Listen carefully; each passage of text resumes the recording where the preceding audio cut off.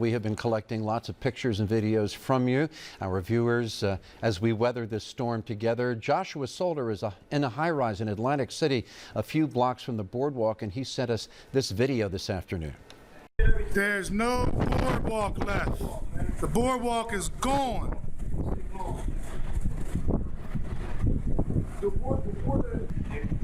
This is all the boardwalk. That's the pavilion that's still there. That's all gone. All gone. And as Hurricane Sandy moved through, we ask that you share your photographs and videos of the storm with us here at Action News, but we urge you to do it safely. All you have to do is upload them to 6abc.com, or you can email them or text your photos to send it at 6abc.com. We will be using them throughout our coverage. We continue in just this way. We'll continue in just a moment. Closed captioning sponsored by Fulton. Access, I'm sure it was access to birth control. Man and Trivedi.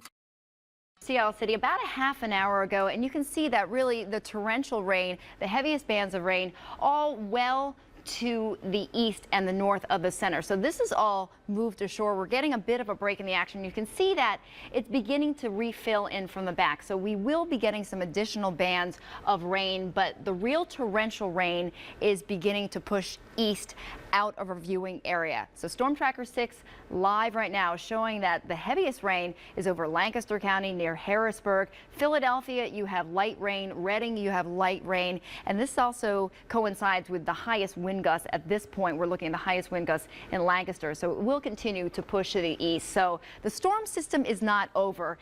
It will be lingering. Once it moves over land, it interacts with the land. It causes friction, so it does slow things down. So we will be seeing additional rain. But again, these are the rainfall amounts.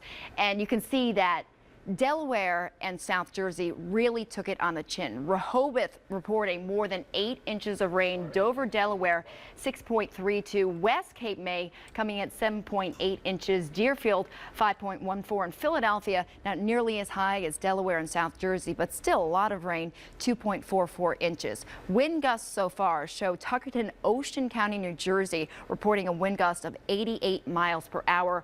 Harvey Cedars, 75 mile per hour winds. Atlantic City reporting a wind gust of 77. Northeast Philadelphia 70, and Philadelphia very strong winds, 54 mile per hour winds. Now the wave heights show you that we're still dealing with that storm surge really battering the beaches. You've seen the photos. The barrier islands are covered right now. Very close to Atlantic City, we're looking at wave heights about 16 feet. You get north of Atlantic City, wave heights around 20 feet. So this is causing all of that storm surge, all of that water to go over the land, and that is beginning to push to the east, and that will begin to subside, but it's going to take a while. So for more on the coastal flooding, more on what to go from here on, let's head over to Adam Joseph. Adam. Yeah, and Cecily, that high tide is coming in the next couple of hours for the shore communities, and then inland along the bay and the river. More on tonight. Wait, you need mine? You got it? Well, every now and then, never mind. Anyway, because as I was saying, we still have a couple of hours before we do see the max high tide, which is at 8 o'clock right along the shore communities in the Delaware Bay and the river. It comes in right after the midnight hour. So as Cecily was alluding to, with those wave heights that are some 15+ feet crashing onto the shore, there still will be major tidal flooding. Even though the eye has made landfall, the tides are still coming up, and it's a full moon. So that is exacerbating the situation down at the shore communities and also in the Back Bay. So we're far from over from seeing the worst of the coastal flooding, despite the storm has made landfall. Here are those high tide times. This is when we will see the worst flooding during the entire event. In Atlantic City at 8 o'clock tonight, Cape May at 8:34, Rehoboth at 8:11, Reedy Point at just about the midnight hour, and then in Philadelphia, 2:22 in the morning. They're expecting that tide to be 9 or 10 feet above the normal along the Delaware River, where Sarah Bloomquist has been reporting for. She's saying the streets are dry now as respect with some of the water from the river, but that will change as we go into the evening hours. Here's Future Tracker 6. Again, we're still seeing heavy bands of rain at 11 o'clock as that system Sandy, the center of it, moves south of Philadelphia. The radar will fill back in, and these bands will start to wrap around Sandy. That will continue into the early morning hours. Future tracker at 7 o'clock tomorrow, seeing a little bit of a drying. There you see the heaviest to the west, but watch what happens during the day. It kind of fills back in here and there, and by in the afternoon it gets a little more spotty, but the winds are going to continue not only tonight but throughout the day tomorrow. So the timing on the wind over the next 24 hours, if you still have power and you're watching us, great. If you're listening to us on a radio, one of the radio stations, because we have lost power, at least you're still getting us in that sort of media outlet. But over the next 24 hours, you could still lose power through 2 in the morning because gusts will still go between 50 and 80. This is far from over, despite it did make landfall. Between 2 in the morning and 8 tomorrow morning, gusts could still between 30 and 50. And tomorrow, in the entire day, still gusts 30 to 40. Everything will be so weak by that point. A 30 to 40 mile an hour wind gust could still knock trees down. That could knock out some power. So what to expect after this landfall? The strongest winds until 2 in the morning.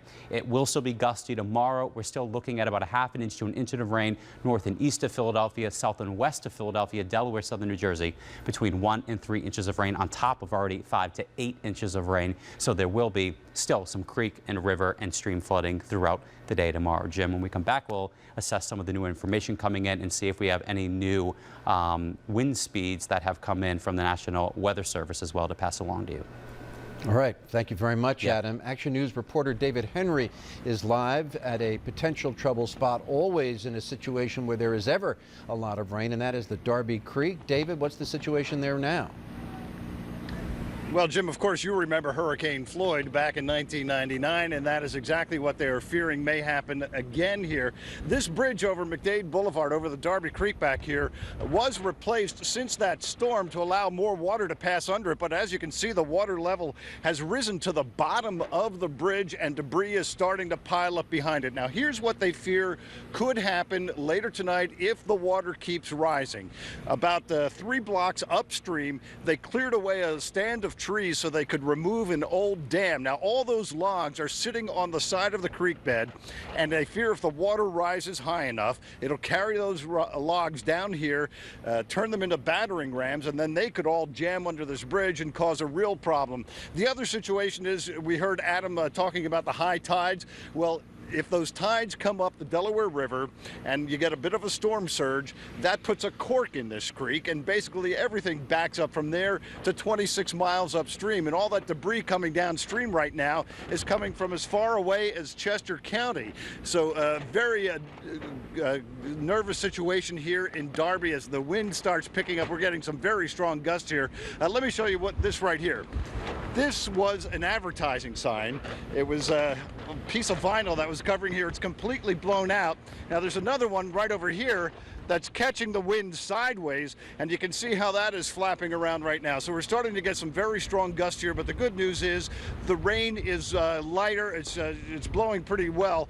It's still coming down, but not as strong as it was before. So they're hoping that this rising stream back here will start leveling off, easing the danger of all those logs coming down. So we're going to keep an eye on it and keep you posted throughout the evening.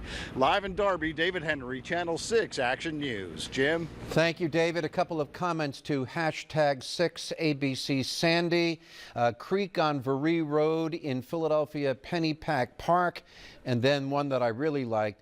You may be able to break windows, Sandy, but you may not break spirits. Let's get a look now at some of the effects of Sandy along the Jersey Shore. Action News was in Atlantic City here at Pacific and Vermont Avenues. You can see some of the beach erosion caused by the high winds and surf pounding the shoreline, and we do say relentlessly, and conditions are quickly deteriorating in Seaside Heights. The surf is creeping ever closer to the boardwalk, and the pier is being battered by strong waves, winds, and rain. And what's hard to believe is that we are still, no, we are not. I was going to say we are still some hours away from Sandy's landfall, but to take you behind the scenes a little bit, that story was written a couple of hours ago. In fact, landfall has arrived. Landfall is here. Let's switch live now to Action News reporter John Rollins in Wilmington, Delaware. John, there has been so much focus on shore communities that people might forget a little bit that places like Wilmington and Philadelphia and some of the inland areas have tremendous challenges on their hands, and obviously that's true for Wilmington, Delaware. Right, and it's all in the future, though, at this point. It's very gentle. It's almost a gentle rain falling right now. It's been a quiet day here in Wilmington up till now, but we all know Sandy is headed this way. You can take a look right now. We'd had some wind here blowing earlier, but if you look at the trees, it's awfully dark, but if you look at the trees and at a structure here that belongs to a local restaurant down here by the Christiana River, it's very quiet. But everybody knows it's going to change, and people are prepared here. They remember Floyd, they remember Irene last year, so they've taken a lot of preemptive steps. They've closed roads here in some areas. They've ordered evacuations in Newcastle County, all on a preemptive measure because they know those are low-lying areas and they will be problematic in the next few hours as Sandy moves west. At this point, though, as you can see, it's a pretty gentle Sandy. However, I think she's going to bare her fangs here pretty soon in the next 4 to 8 hours, according to the folks in the Weather Bureau there, that that's going to be problematic and we're going to have problems here, but everybody has their fingers crossed and are hoping for the best right now. Live in Wilmington, John Rollins, Channel 6 Action News. Jim? Thank you so much, John. We're going to go live now to Action News reporter Kenneth Moten, who is in Burlington Township, New Jersey. Kenneth, what are you seeing there?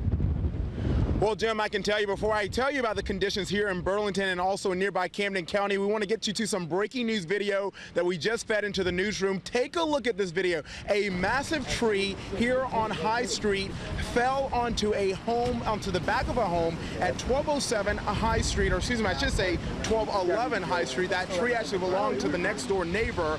That massive tree fell around 5 o'clock or so, or just after 5, and fell on a 26-year-old man. We understand he suffered a number of injuries, including some injuries to his ankle and possibly has a broken ankle. There was a lot of destruction to the back of that home, as you can see. We talked to the woman who that tree was actually in her yard. She actually watched it fall onto that man. Take a listen to what she had to say. The tree, the ground was raising, and my husband went and knocked on the neighbor's doors to let them know the tree was going to come down, and a neighbor came out back to check out what he was talking about, and before you know it, the ground lifted higher and we started yelling and the tree came down and trapped the neighbor under it. And I was already on the phone with 911 as the ground was lifting, so they were already on their way. What went through your mind?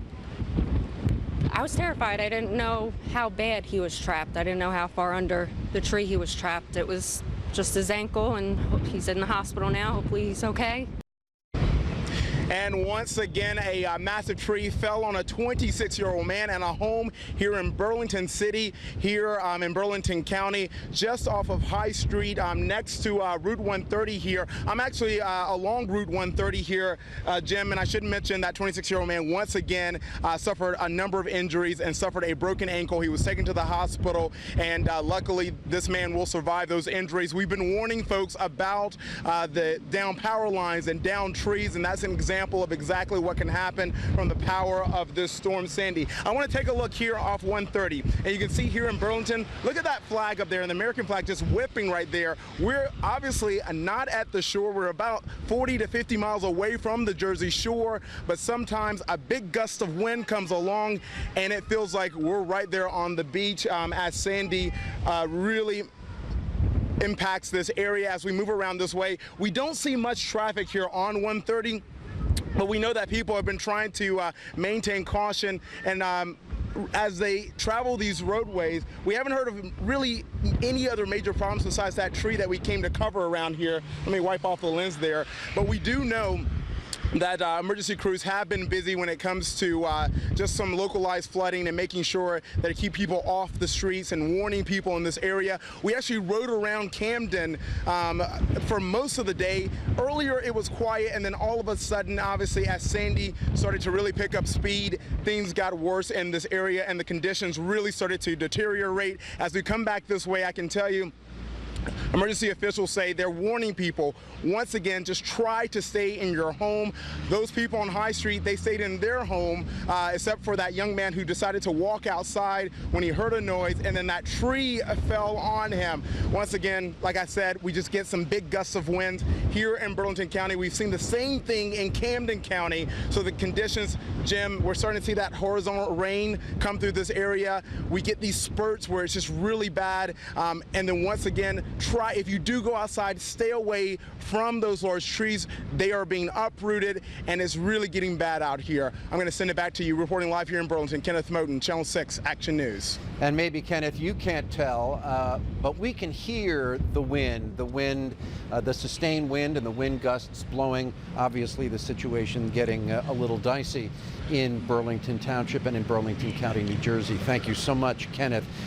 There comes a point where we have to sort of figure out how closely we should respond to what you folks have to say on social media, on Twitter, for instance.